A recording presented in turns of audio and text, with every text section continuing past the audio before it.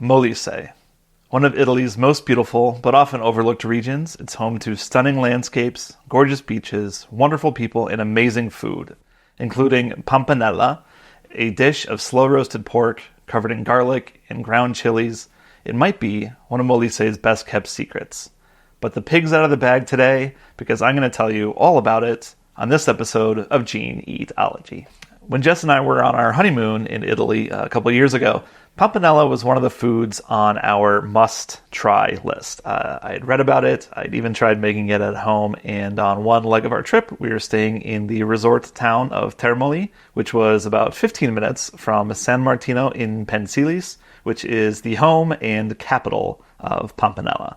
We actually got really lucky in our search for authentic Pampanella. The day before we had planned to go into San Martino, we had done a cooking course up in Abruzzo at the fantastic cheesery Caseificio di Nucci in Agnone, and that cooking course was facilitated by Lori De Sanctis. So Lori runs Molise Cuisine, which organizes tours around Abruzzo and Molise, ranging from 1 day to 2-week-long excursions, and they're really more than just food tours. You really get to learn about the local history and culture.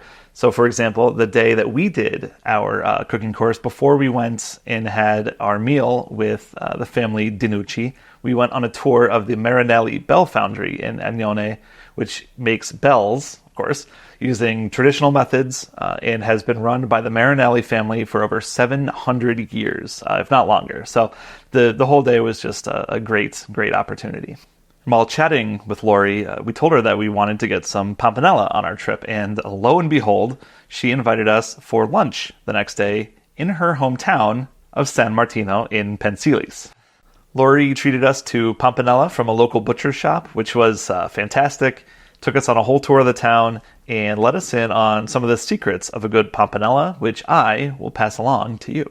You might think that the first secret to a good Pampanella would be the pork, but honestly, aside from getting good quality meat, the cut really doesn't matter so much. In fact, in San Martino, the butchers that make Pampanella use all sorts of different cuts of pork, with pork belly, pork shoulder, the loin, and ribs all being pretty common. No, the first real secret to a perfect Pampanella is the traditional chili powder, but I'm sorry to say that unless you're watching this from Italy or planning on visiting Molise sometime soon, this is an ingredient that you're probably not going to be able to get. And this is because the Pampanella in San Martino and Pensilis are made with sweet and hot chili powders that are literally just made by other people in the town. They grow the chili peppers, dry them in the sun, and make them into powder. These here are what we have left of the chili powder that we bought from just a lady selling homegrown fruits and vegetables in a tiny little shop. It's got an amazing, almost tomatoey aroma, and it's the main flavor of Pampanella. But since you can only get this in Molise, what should you use at home? I think the best substitute is going to be paprika, and although you could use Spanish paprika, the chili powders in San Martino aren't smoked, so I really think the best substitute is going to be Hungarian paprika. Sweet, obviously, for the sweet, and then half sharp for the spicy. So I realized a little while after recording that there is another alternative that you could use for the sweet chili powder in your Pampanella, and that is this sweet paprika California style, or just California sweet paprika. Don't know if you can see the label there, but I bought it from Penzies. I'll put a link in the description if you want to buy it from them. I think a few other online spice retailers sell it too.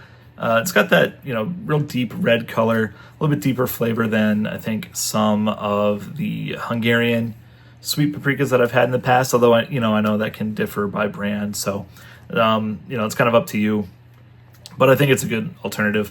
I do still think the Hungarian half sharp is going to be your best alternative to the real authentic Molisan hot chili pepper. Aside from the pork and chili powders, all you really need is garlic, salt, a little bit of water, and white wine vinegar. And it's the white wine vinegar that is the second secret to a perfect Pampanella, and you'll see why later. So to make your Pampanella, you're going to need 2 to 3 pounds of pork or less, depending on how much you want to make. And the cuts are really up to you. I'm using pork belly, pork shoulder, and a few bone-in ribs. Sweet paprika or chili powder, hot paprika or chili powder.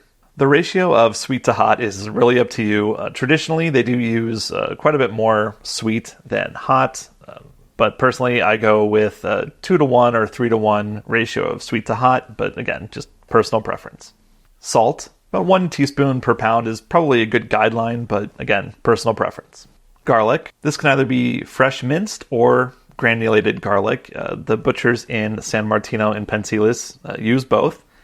I would say maybe 1 or 2 cloves per pound of meat if you're using fresh, or 1 or 2 teaspoons of powdered if you're using powdered.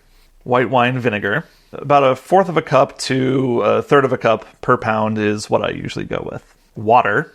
You'll also want to make sure that you have parchment paper and a roasting pan. Again, these amounts are just guidelines. The total amounts are going to vary by how much pork you have, as well as, of course, personal preference. So first, prepare the pork. If you've got big solid pieces like I did, the traditional method is to cut into slices about 3/4 of an inch thick and about 90% of the way through the meat, so that the pieces are kind of like pages in some big meaty book. For the pork belly, I went a step further and made the slices into kind of a grid pattern, which is all the better to break off the little pieces for a sandwich. If you've got smaller individual pieces like ribs or something like that, that's totally cool. Just place them right in the pan. Once you've got the meat sliced, line your roasting pan with parchment and get the pork in there. Then preheat your oven to 350 degrees Fahrenheit or 180 degrees Celsius. And now it's time to season, starting with the salt. Sprinkle the salt all over the pork, making sure to get it into all those cracks and crevices. Once the meat is salted, if you're using fresh garlic, do essentially the same thing as with the salt, making sure there's plenty on top of the meat, inside the slices, and on the sides. Mix your paprikas together, and if you're using granulated garlic, mix that in with them as well. And by now you know the drill, but this time just go nuts. Get plenty of that chili all over the pork. Aside from the bottom, you want to try and cover every square millimeter of that maiale with that red stuff. Now tear off a couple large pieces of parchment, dampen them with water, and then cover the pork as tightly as you can. It doesn't need to be a vacuum seal, but try and make sure that all the meat is wrapped up. Put the pan on the middle rack of the oven and cook for 1 hour and 45 minutes. Remove the roasting pan from the oven, remove the covering parchment, and then drain off as much of the liquid as you can without removing the Pampanella from the pan and making sure not to spill the meat. Then drizzle the Pampanella with the white wine vinegar. This is going to add a bright but not too strong acidity to the Pampanella that is essential to getting the full authentic flavor. Place the pan back in the oven, uncovered, and cook for another 15 minutes. Take the pan out of the oven, and now it's time to dig in. So needless to say, it's amazing. Each cut has its own texture, level of fattiness, and there's a rich, tomatoey spice from the chili powder. I mean, it's pork, covered in chili and garlic. It's hard to go wrong with that, in my opinion. Plus, Pampanella is really versatile. You can eat it on its own. It's great in a sandwich, and it tastes good both hot and cold. So that is the treasured street snack of Molise, Pampanella. This is one that I really hope you try it at home. It's unique, it's delicious, and I think would honestly be perfect for like a big gathering or cookout if you want to give your guests something that they've never tried before.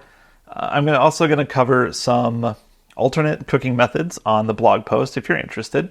So if you give it a try, please let me know in the comments. And I'm also going to put the website for Lori's company, Molise Cuisine, in the video description.